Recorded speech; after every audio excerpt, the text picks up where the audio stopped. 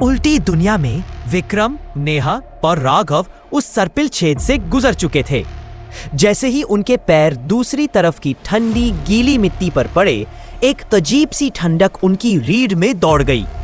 यह जगह मेघनगर नहीं थी।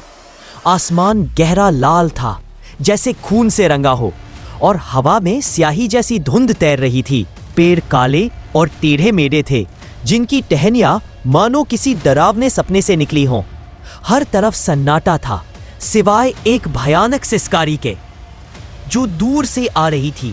राघव का ट्रांजिस्टर अब भी उसके बैग में लटक रहा था, लेकिन अब उससे सिर्फ खरखराहट की आवाज आ रही थी, जैसे रेडियो किसी अजीब सिग्नल को पकड़ने की कोशिश कर रहा हो। ये क्या जगह है? राघव ने कांपते हुए पूछा, उसका वॉकी टॉकी अभी भी हाथ में थरथराता हुआ। शांत रहे राघव, नेहा ने कहा, लेकिन उसकी आंखें भी डर से भरी थी। उसने अपने वोल्ट मीटर को चेक किया। सुई अब पूरी तरह से उछल रही थी। यहां का इलेक्ट्रोमैग्नेटिक फील्ड बहुत स्ट्रांग है। ये नॉर्मल दुनिया नहीं है। माया, विक्रम ने चीखकर पुकारा, लेकिन उसकी आवाज गूंज कर लौट आई, जैसे कोई खाली गुफा हो। तभी वॉकी टॉकी में फिर से खरखराहट हुई और माया की कमजोर आवाज सुनाई दी, विक्रम जल्दी, वो मेरे पीछे है। आवाज फिर कट गई। माया कहाँ है? घबराते हुए कहा। और ये साया क्या चीज है? विक्रम ने टॉर्च की रोशनी इधर उधर घुमाई, जो धुंध में खो रही थी। हमें उसकी आवाज की दिशा में जाना होगा। तीनों धीरे धीरे आगे बढ़े। राघव ने अपने बैग से एक पुराना कैसेट निकाला और ट्रांजिस्टर में डाला। अचानक किशोर कुमार का गाना पल पल दिल के पास हल्के हल्के बजने लगा। उसकी आवाज ने थोड़ा साहस दिया, लेकिन तभी नेहा ने रुककर इशारा किया। देखो, पगडंडी के किनारे कुछ अजीब सी चीजें तैर रही थी। छोटे छोटे काले गोले जैसे स्याही के बुलबुले, जो हवा में लहरा रहे थे। जब विक्रम ने टॉर्च की रोशनी उन पर डाली, तो वे और तेजी से हिलने लगे, जैसे जीवित हो। ये क्या है? राघव ने डरते हुए पूछा। पता नहीं, नेहा ने कहा, लेकिन इनसे दूर रहना बेहतर है। लेकिन इससे पहले कि वे आगे बढ़ पाते, धुंध के बीच से एक लंबी काली छाया उभरी। वही छाया थी जो झोपड़ी में देखी थी, लंबी, पतली, बिना चेहरे वाली, जिसकी आंखों की जगह दो चमकते बिंदु थे। लेकिन अब वो अकेली नहीं थी। उसके पीछे और भी छोटी छोटी छायाएं थी, जो पेड़ों की टहनियों की तरह टेढ़ी मेढ़ी थी और डरावनी सिसकारी छोड़ रही थी।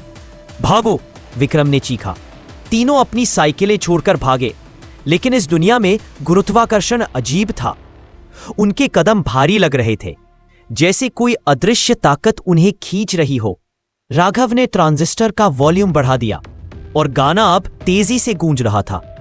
अजीब बात थी, छायाएं उस आवाज से थोड़ा पीछे हट रही थी। नेहा, तेरा वोल्ट मीटर, विक्रम ने चीखा। नेहा ने वोल्ट मीटर को छाया की ओर किया। सुई अब पागलों की तरह घूम रही थी। ये चीजें इलेक्ट्रोमैग्नेटिक एनर्जी से बनी है, उसने कहा। अगर हम कोई स्ट्रॉन्ग सिग्नल बना सके तो शायद इन्हें रोक सकते हैं। राघव ने अपने बैग से एक पुराना वॉकी टॉकी निकाला। ये लो, मेरे पास 2 है। अगर हम इनका फ्रीक्वेंसी चेंज करें तो शायद कुछ हो। नेहा ने जल्दी से दोनों वॉकी टॉकी को एक अजीब फ्रीक्वेंसी पर सेट किया। जैसे ही उसने बटन दबाया, एक तेज कर्कश आवाज निकली। छोटी छायाएं चीखने लगी और धुंध में गायब हो गई, लेकिन बड़ी छाया अब और करीब आ रही थी। उसके चमकते बिंदु अब और तेजी से झपक रहे थे, जैसे वह गुस्से में हो। तभी पगडंडी के अंत में एक पुराना टूटा फूटा मंदिर दिखा। उसकी दीवारों पर वही सर्पिल चिन्ह था जो बोर्ड गेम पर था। मंदिर के अंदर से माया की चीख सुनाई दी, विक्रम, यहां। वो वहां है, विक्रम ने कहा और मंदिर की ओर दौड़ा। लेकिन जैसे ही वे मंदिर के पास पहुंचे, छाया ने एक लंबी काली बाह बढ़ाई। उसने राघव के पैर को पकड़ लिया। राघव चीखा, मुझे छोड़ो। नेहा ने तुरंत अपने बैग से एक पुराना मेटल का डिब्बा निकाला, जिसमें उसने अपने पिता की लैब से चुराया एक इलेक्ट्रोमैग्नेट रखा था। उसने उसे चालू किया और एक तेज गूंज के साथ छाया पीछे हट गई। लेकिन वह गायब नहीं हुई। वह अब और बड़ी हो रही थी, जैसे उसने उनकी डर की ऊर्जा को सोख लिया हो। मंदिर के अंदर माया एक सर्पिल चिन्ह के पास बैठी थी। उसकी आंखें डर से भरी थी। ये जगह, ये मुझे खा रही है, उसने फुसफुसाया। उसके चारों ओर वही स्याही जैसे बुलबुले तैर रहे थे। हम तुम्हें यहां से निकालेंगे, विक्रम ने कहा। लेकिन तभी मंदिर की दीवारें हिलने लगी। छाया अब मंदिर के प्रवेश द्वार पर थी और उसकी सिसकारी अब एक डरावनी हंसी में बदल गई थी। मंदिर की दीवारें अब तेजी से हिल रही थी, जैसे कोई भूकंप आ रहा हो। हवा में स्याही जैसे बुलबुले और तेजी से तैरने लगे और काली छाया मंदिर के प्रवेश द्वार पर खड़ी थी। उसकी डरावनी हंसी अब और गहरी हो गई थी। विक्रम, नेहा और राघव माया के पास खड़े थे, जो सर्पिल चिन्ह के सामने जमीन पर कांप रही थी। माया की आंखें खाली सी लग रही थीं, जैसे इस उल्टी दुनिया ने उसकी आत्मा का कुछ हिस्सा चुरा लिया हो। राघव का ट्रांजिस्टर अब भी जमीन पर पड़ा था, जिसमें से किशोर कुमार का गाना पल पल दिल के पास अब टूटी फूटी खरखराहट में बदल गया था। माया, उठ, हमें यहां से निकलना होगा। विक्रम ने माया का हाथ पकड़कर उसे खींचने की कोशिश की, लेकिन माया की बाह ठंडी और भारी थी, जैसे वह मिट्टी में धंस रही हो। विक्रम, ये जगह, ये मुझसे कुछ चाहती है, माया ने फुसफुसाया। उसकी आवाज कमजोर थी। वो साए, वो कोई साधारण चीज नहीं है। क्या मतलब? नेहा ने पूछा। उसका वोल्टमीटर अब इतनी तेजी से हिल रहा था कि सुई टूटने की कगार पर थी। वो इस दुनिया का हिस्सा है, माया ने कहा। ये मंदिर, ये दरवाजा, ये सब उसी का बनाया हुआ है। तभी छाया ने एक और लंबी काली बहा बढ़ाई, जो अब सांप की तरह लहरा रही थी। उसकी चमकती आंखें अब लाल हो गई थी। राघव ने चीखते हुए, ये हमें नहीं छोड़ेगा।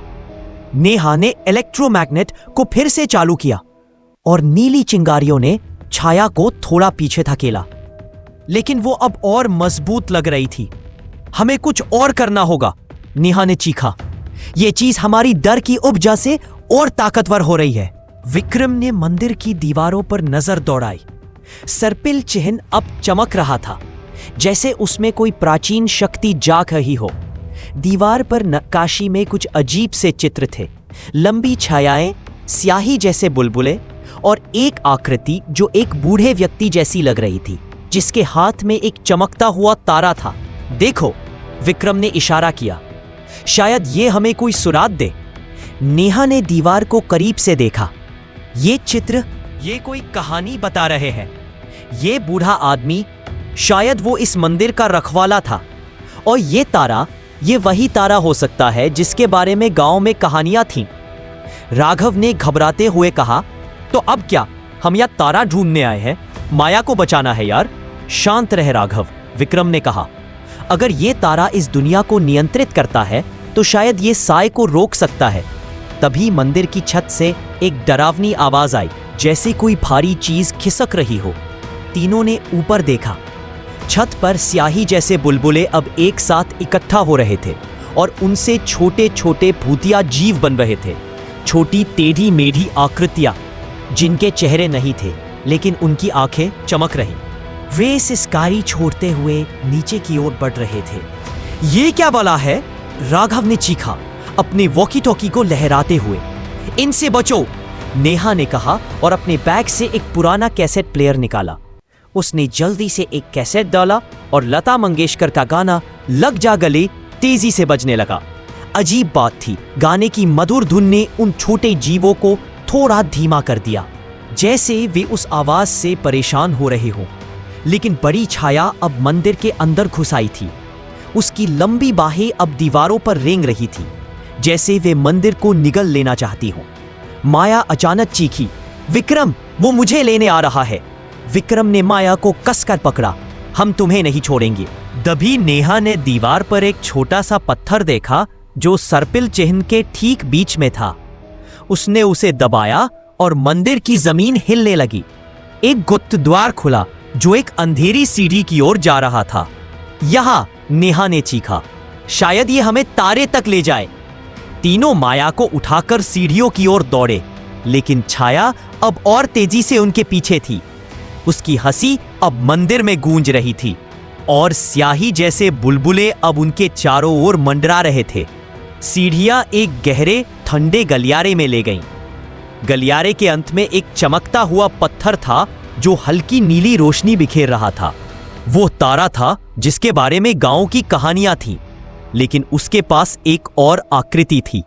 एक बूढ़ा व्यक्ति जिसके कपड़े पुराने और पटे हुए थे और उसकी आंखें तारे की तरह चमक रही थी। तुम यहां क्यों आए? बूढ़े ने गहरी आवाज में पूछा। हम अपनी दोस्त को बचाने आए हैं, विक्रम ने कहा। ये साए, ये क्या है? बूढ़े ने उदास नजरों से उन्हें देखा। ये साए इस दुनिया का रखवाला है।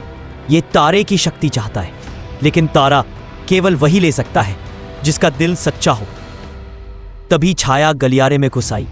उसकी बाहें अब पूरे गलियारे को ढक रही थी। बूढ़े ने तारे को उठाया और विक्रम की ओर बढ़ाया। ले लो, उसने कहा, लेकिन याद रखो, इसकी कीमत छुपानी होगी। विक्रम ने तारा पकड़ा और एक तेज नीली रोशनी फट पड़ी। छाया चीखी, लेकिन वह गायब नहीं हुई। वह अब और भयानक हो गई थी, जैसे तारे की शक्ति ने उसे और गुस्सा कर दिया हो। अब क्या? राघव ने चीखा। हमें वापस जाना होगा, नेहा ने कहा, लेकिन तारे के साथ। लेकिन मंदिर की सीढ़ियां अब ढह रही थीं और छाया का हंसता हुआ चेहरा उनके सामने था।